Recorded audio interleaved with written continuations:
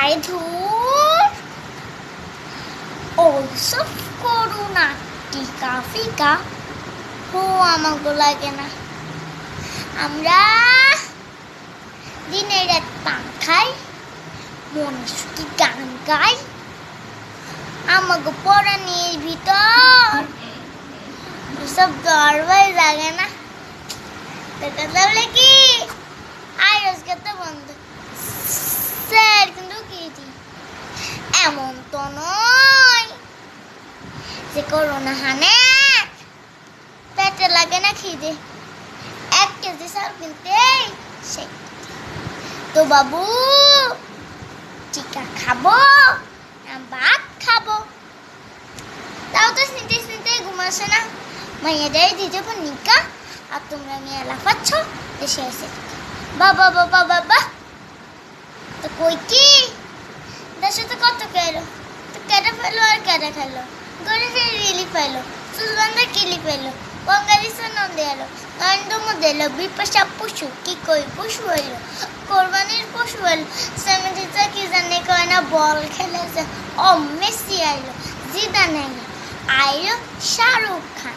আমাগো কপালে তো সুরভি জোতাদি এক। কত কিছু দেখলাম বাবু এদিন দুনিয়ার 12তে। আমরা 200 টাকার পেঁয়াজ কিনি, আর তোমরা ফসাও আড়তে।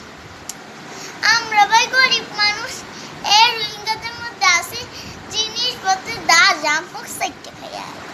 আর ওই অসুখ বিসুখ তো লাগে কিনবা, ওইসব করোনা টিকা ফিকা টিকা টিকা তো আমরা বানাই, ওসব কিনে খাওয়ান ইঞ্জেকশন কে আমাকে মানায়।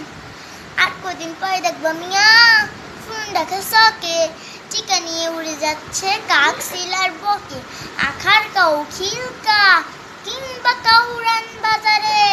টিকা নিয়ে উড়ে যাচ্ছে শয়ে শয়ে টিকা, শয়ে শয়ে হাজারে হাজারে।